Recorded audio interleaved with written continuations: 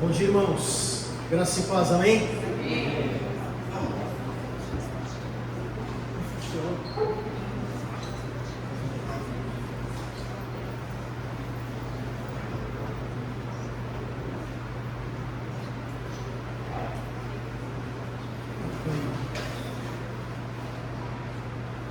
Uma luz aí.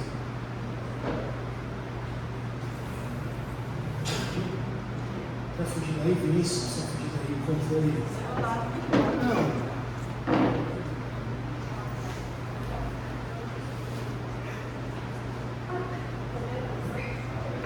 Não, tá aí, eu não sei se a pina eu consigo. Irmãos, talvez seja um tema, eu já preguei sobre bondade algumas vezes, já falei para vocês, muitas vezes já expressei aqui a minha sinceridade, que temas livres são sempre um desafio, né? Eu gostava de temas livres quando era mais novo, depois que eu fiquei velho, tema difícil, prefiro que a gente tenha um tema. Falei da tia Elise, da pastora Elise, falei que você falou, os domingo passado eu não estava, né? Faltei. Você falou para mim, para eu tentar entrar na mesma coisa, mas não consegui. Essa palavra ficou martelando na minha cabeça a semana inteira. Tem várias razões, uma delas é que os jovens falaram sobre isso. Essa semana a gente pôde compartilhar o que falava com cada um de nós sobre bondade. E meu versículo favorito está lá em Salmo 23:6, fala sobre bondade, e eu não tinha como não falar sobre bondade hoje. Então, perdoem algumas histórias repetidas, mas é isso. E se eu te perguntasse o que é bondade, o que você me responderia? O que é bondade? Pergunta de Helena. O que é bondade? Não? Ninguém? Oi? Fazer o bem, não importa quem. A Rosângela faltou ali quando falou. Qualidade de quem é naturalmente inclinado a fazer o bem. O Rogério tirou 9,8. Você conhece alguém que é inclinado a fazer o bem? Você conhece alguém que naturalmente fala, cara não se cansa de fazer o bem? Jesus. Boa. Salmo 149, 9 diz o seguinte: o Senhor é bom para todos, a sua compaixão alcança todas as suas criaturas. E a bondade é então um atributo moral de Deus. E significa que a bondade de Deus faz parte da sua essência. Deus é bom, não tem como fugir disso, não é uma escolha, uma opção que Ele faz. Ele é bom, faz parte da essência de Deus. É uma característica intrínseca ao Senhor. Isso é manifestado através de tudo que Ele criou e da forma misericordiosa que Ele se relaciona com a gente. Você pode ver bondade na maneira que Deus se relaciona com você? Você consegue enxergar bondade? Você consegue enxergar bondade nas Escrituras? E a gente consegue enxergar bondade então no sacrifício supremo, que foi Jesus Cristo, o sacrifício de Deus por nós.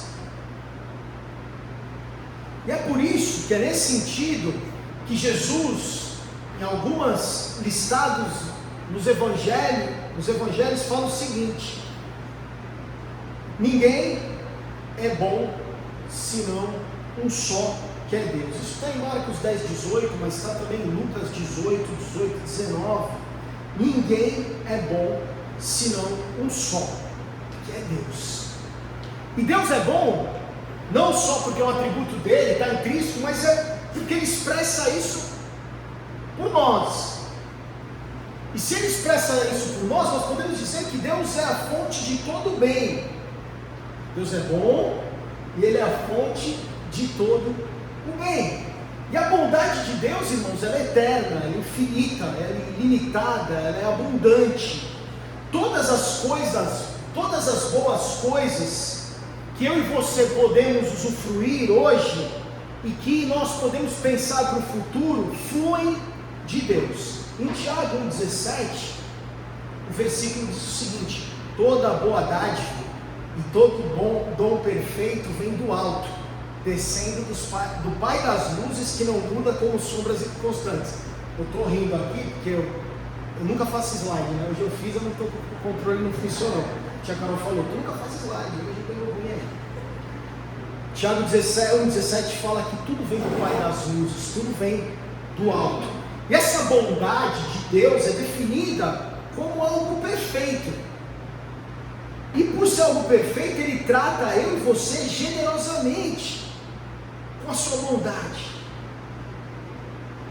Porque Ele sente essa bondade, assim como Ele sente amor por nós. E o salmista exalta essa bondade, essa característica, lá em Salmo 145, 9, diz o seguinte: o Senhor é bom para todos, irmãos, todos, não tem nenhuma vírgula aqui, nenhum parênteses, nada, o Senhor é bom para todos, e as suas ternas misericórdias permeiam todas as suas obras.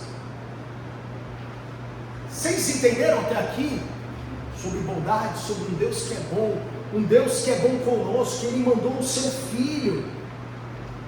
Agora, se nós entendemos isso, o que nós fazemos com esse entendimento? Deus é bom, eu entendo, Leandro, mas com essa bondade, como que essa bondade se aplica na minha vida? Eu falei, você pode lembrar de coisas boas que Deus fez por você, mas como nós podemos ser alcançados por essa bondade?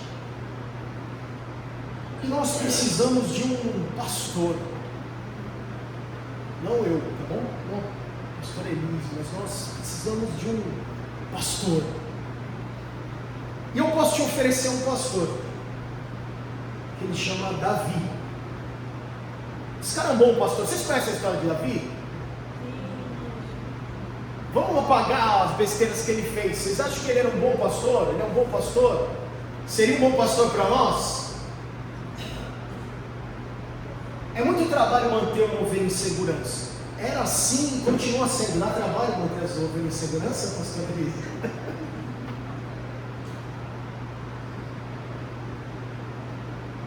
Dá muito trabalho.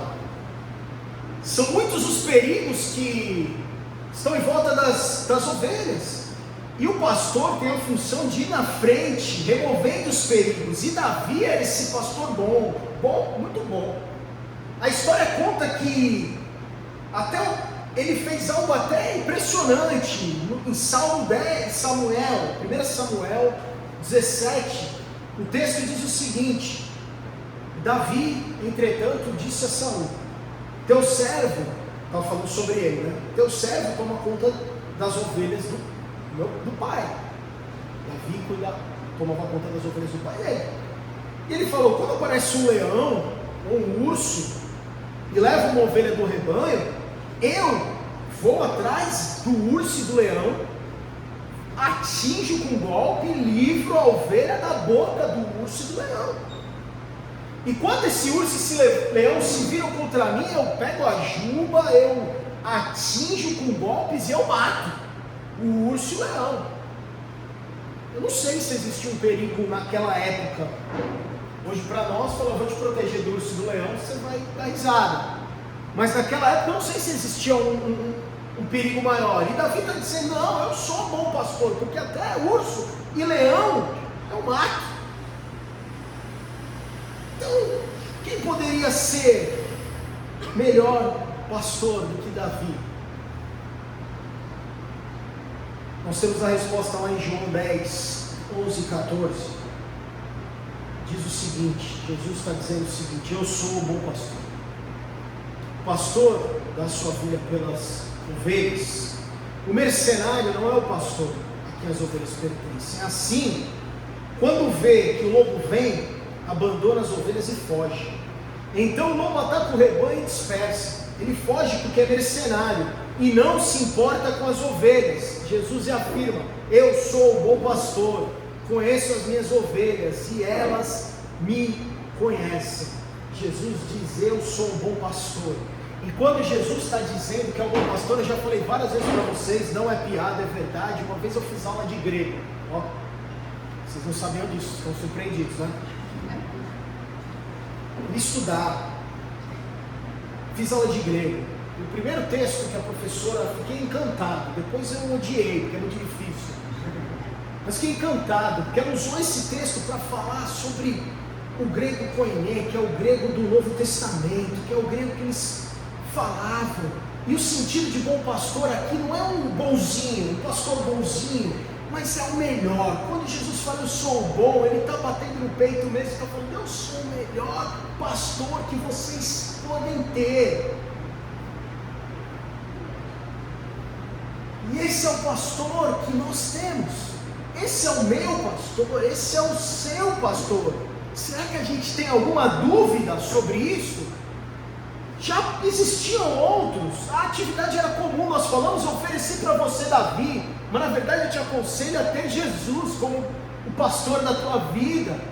Aquela criação de ovelhas, pastores, cuidando de ovelhas era muito comum, eles sabiam muito bem o que era ser um pastor. Davi tinha sido um baita pastor, ele era o rei, ele foi admirado por todos. Mas Jesus está dizendo, eu sou o melhor, inclusive melhor que Davi, melhor do que todos esses pastores aí que vocês podem achar. Ele sabia muito bem o que era isso, qual a responsabilidade do pastor, qual a função do pastor. Eles sabiam que para o pastor cada ovelha é especial. Cada ovelha tem uma história, cada ovelha possui um nome, o pastor sabe. E assim como Davi, assim como Jesus, nós somos especiais para os pastores, para o pastor Jesus. Assim como Davi conhecia cada uma das ovelhas dele, nós também somos especiais, nós também temos uma história, nós também temos um nome.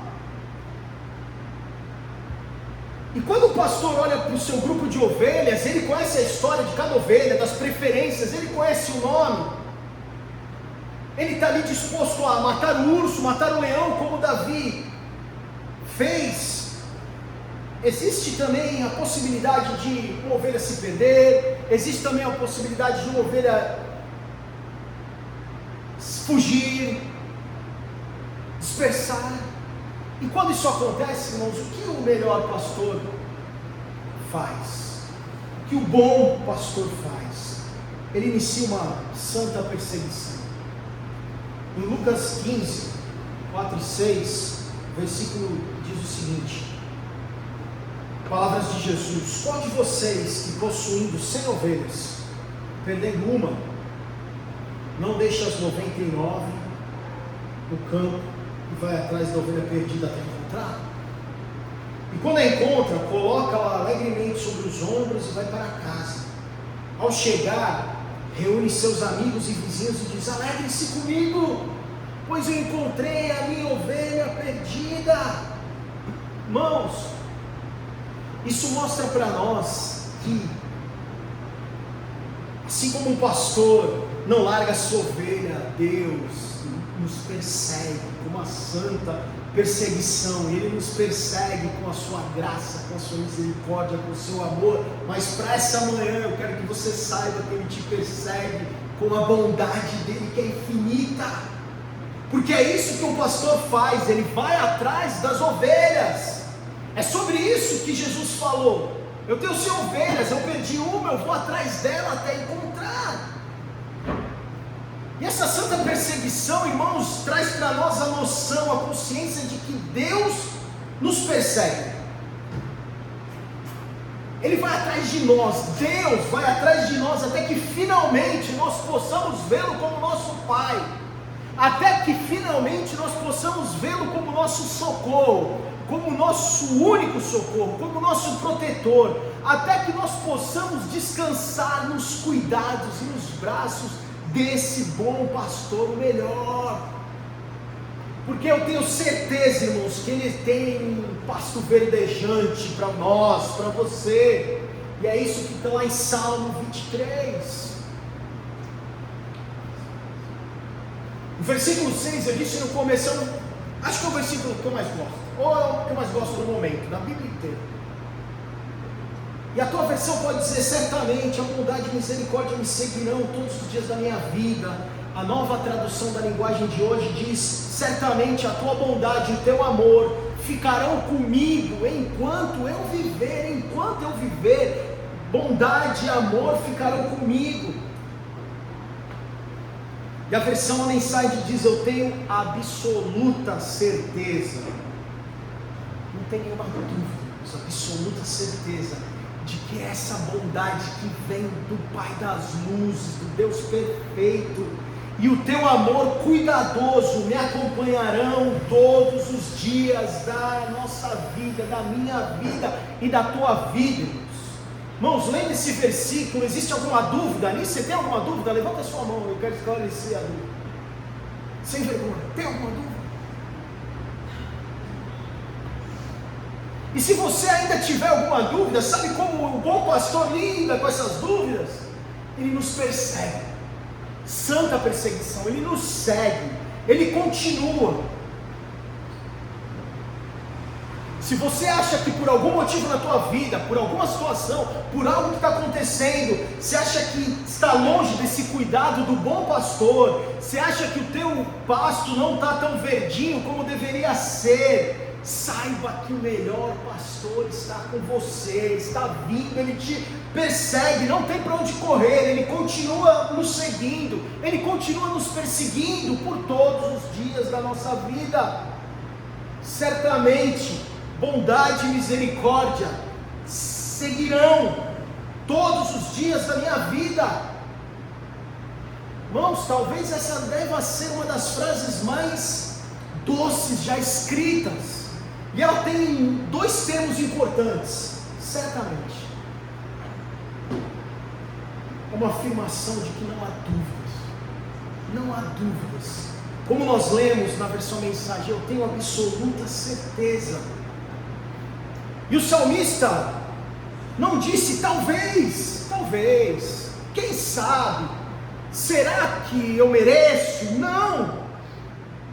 Ele não falou possivelmente a bondade e a misericórdia me seguirão, ou ele não falou eu tenho um pressentimento, um feeling de que a bondade e a misericórdia me seguirão, não. Davi poderia ter empregado uma dessas outras frases, mas não fez, porque ele cria um Deus seguro, que faz promessas seguras, e é um Deus que não muda. Tiago 1,17 diz que esse Deus bondoso que nos persegue é um Deus que não tem mudança, que não tem sombra de variação. Irmãos, nosso humor se altera. Cada dia eu acordo de um jeito, são os hormônios, o que seja, mas Deus não muda. Nossa mente pode mudar, mas Deus não. Até nossa devoção, irmãos, pode vacilar num dia difícil, mas Deus não muda.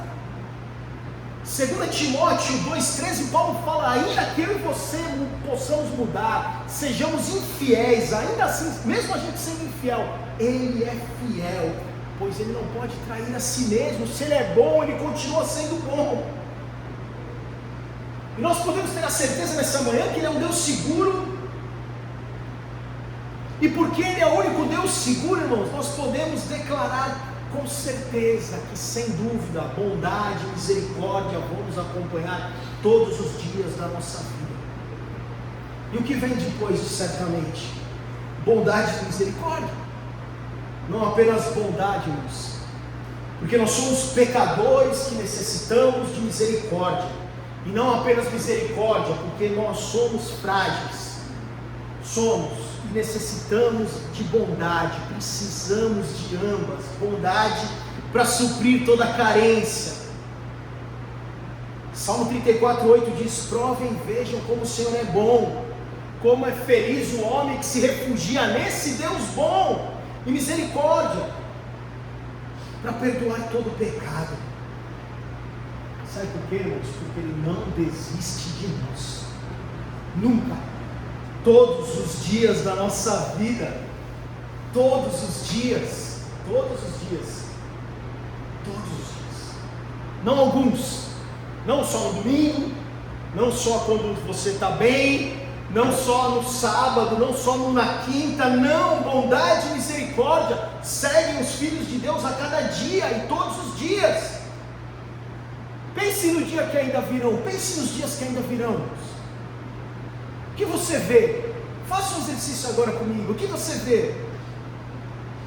Dias de luta, dias de dificuldade, dias em casa, com os filhos. Deus estará do teu lado. Dia esperando um resultado médico, Deus estará do teu lado. Dias num beco sem saída, Deus estará do teu lado. Ele vai te conduzir através de todas essas situações. Você tem dias de solidão, Deus segura a tua mão, porque certamente bondade e misericórdia vão seguir a gente, não alguns, não a maioria, não nos dias pares, não nos dias que você está bem, não nos dias que você orou, não, todos os dias da minha e da sua vida. E o que Ele fará durante esses dias? Ele vai seguir-vos. Ele vai seguir-vos. E talvez seja um modo surpreendente de descrever Deus, porque a gente acha que está acostumado a imaginar que Deus, estamos aqui louvando, Deus está sentado num trono com anjos, com ouro por todo lado, maravilhoso, sentado lá, esperando toda a nossa devoção, esperando as nossas lágrimas, as nossas mãos levantadas, um Deus entronizado nos céus, que governa e ordena. Davi, no entanto, visiona, vê um Deus que é móvel, e um Deus ativo, um Deus que nos persegue com a sua bondade, um Deus que vem atrás de nós, um Deus que vem nos buscar, que nos segue com bondade e misericórdia todos os dias da nossa vida.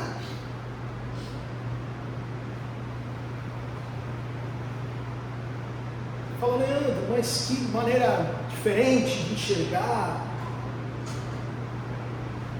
Eu posso te mostrar isso na Bíblia. A gente não precisa ir muito além do 3º capítulo de Gênesis para encontrar um Deus que estava investigando, que estava buscando. Adão e Eva estão escondidos nos arbustos. Você conhece essa história?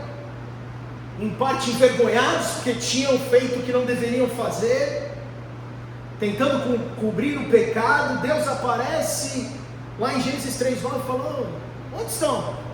Onde vocês estão? E a partir daí, Deus inicia uma busca por nós, uma busca no coração da humanidade, que continua até o momento que você lê essas palavras.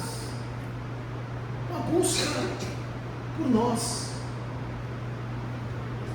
uma busca a cada dia por cada um de nós. E essa busca, e essa santa perseguição, ela continua durante toda a história do povo de Deus. Eu vou te dar alguns exemplos. Adoro esses exemplos. Moisés estava no deserto havia 40 anos. Quando olhou por cima do ombro, viu um arbusto em chamas. Deus havia seguido aquele homem no deserto.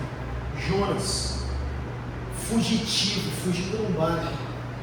Quando olhou por cima do ombro, viu nuvens se formando. Deus o havia seguido lá no oceano. Os discípulos,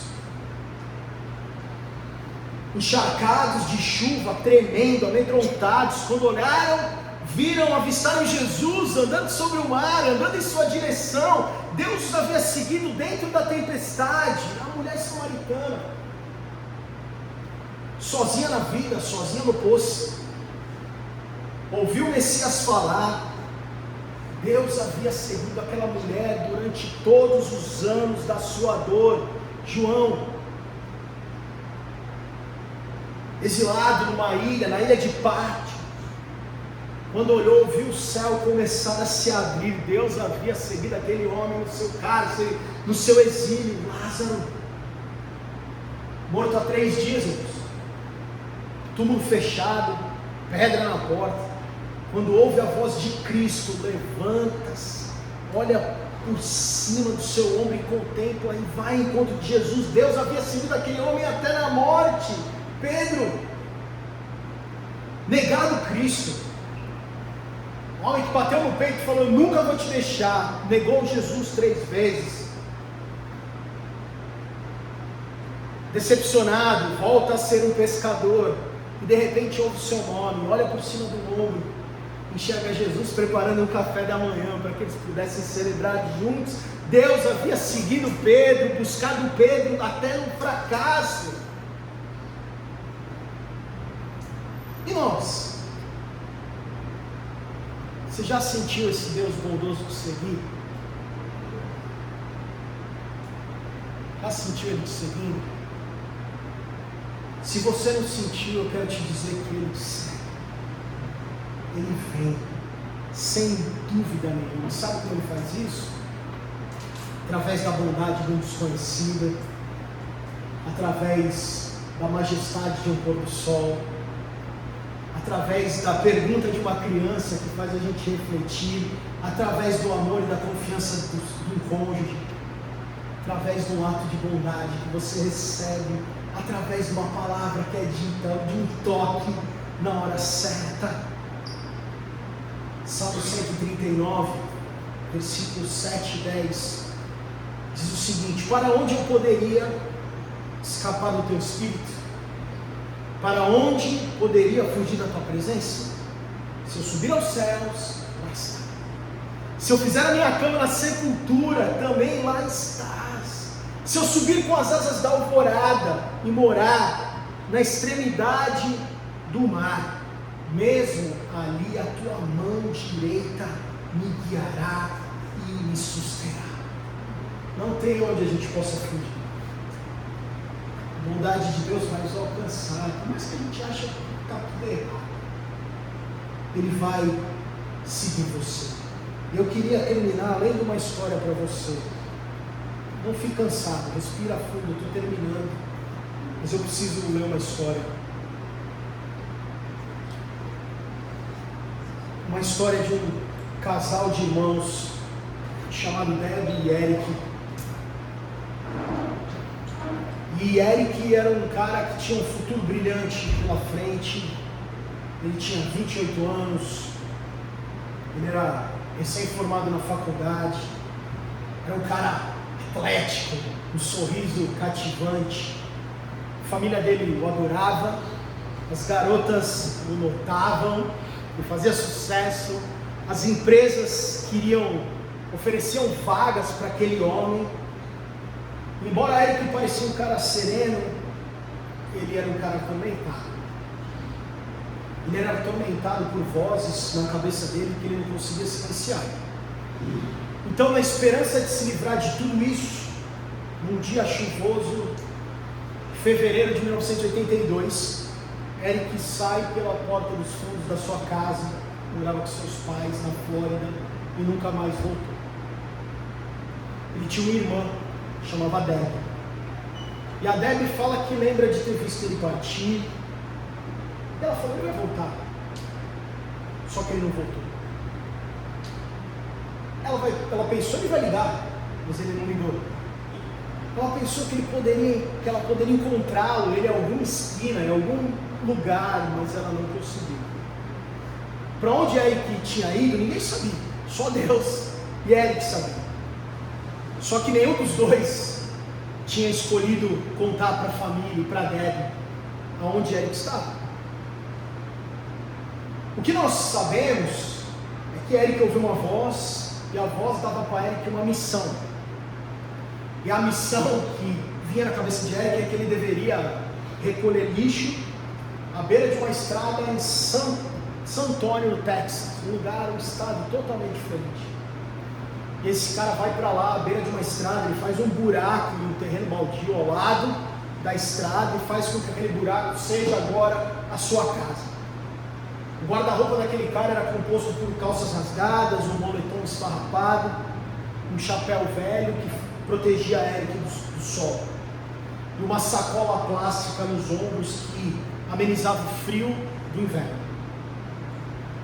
A pele daquele homem era, nesse momento, curtida, ombros curvados, por tudo que ele tinha passado. Peraí que eu vou perder aqui, né? Sem família e sem desculpa. e sem parentes conhecidos, aquele homem morreria sozinho. Com certeza. Não tinha ninguém. Nesse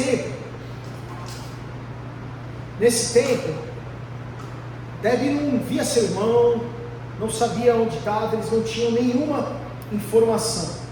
O que aconteceu é que um dia, aquele homem, Eric, ele foi encontrado com dores no abdômen, naquele mesmo lugar que ele ficava, com muitas dores no abdômen, e foi levado para um serviço de emergência, uma dor que custou quase a sua própria vida, e por causa da situação da doença terminal, ele foi diagnosticado com câncer, e ele iria morrer, ele teria só mais alguns meses, e sem família, e sem ninguém, ele morreria sozinho. O que aconteceu é que um advogado foi designado para ajudá-lo por conta da situação, e aquele advogado disse: não é possível que não tenha ninguém procurando esse homem. Então aquele advogado faz uma busca na internet, e aí ele encontra uma mulher chamada Debbie, que estava há 16 anos, procurando um irmão que tinha as características daquele homem. E aí ele conhece Debbie, ele faz um contato com Debbie, aquela descrição parecia coincidir com Eric. Então Debbie vai para o Texas, ela, o marido e os filhos alugam um quarto de hotel e vão em busca de Eric. Ele já tinha recebido alta do hospital e ele estava lá no mesmo lugar fazendo a mesma coisa. Debbie encontra ele sentado. Quando se aproxima, ele se levanta, a irmã oferece frutas, ele recusa, oferece suco, ele recusa. Ele foi educado, mas não queria nenhum contato. Ele só ficou interessado quando Debbie ofereceu um broche de um anjo para ele. Então ele não quer comida, mas aquele broche de um anjinho ele pegou, e ela pôde colocar aquele broche na lapela, e foi aquele momento, depois de 16 anos, que ela pela primeira vez consegue tocar no seu irmão.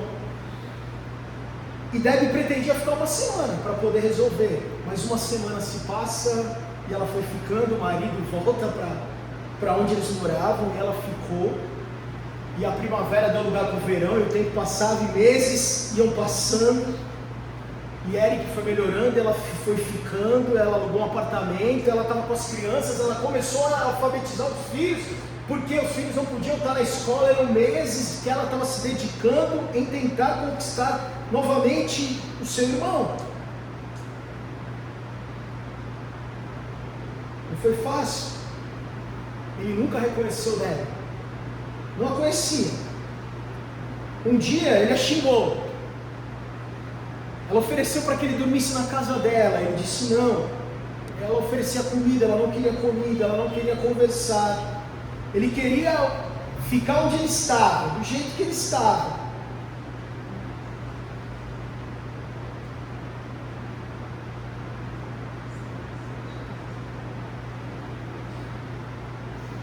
E uma vez, Debbie nunca desistiu daquele homem. E uma vez perguntaram para ela: por que você não desiste? Por que você não se dá o direito de desistir? Ela disse: é simples, ele é meu irmão. E a busca de Debbie nos lembra uma outra busca.